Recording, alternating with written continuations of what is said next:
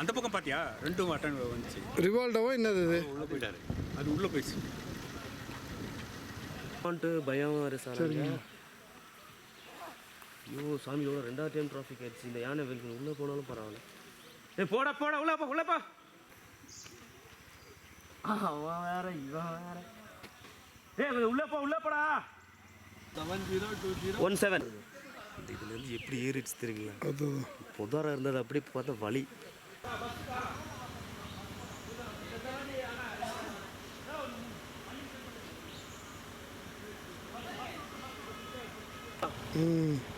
வாணா சேடு விடுப்பா, பஸ் சேடு விடுப்பா.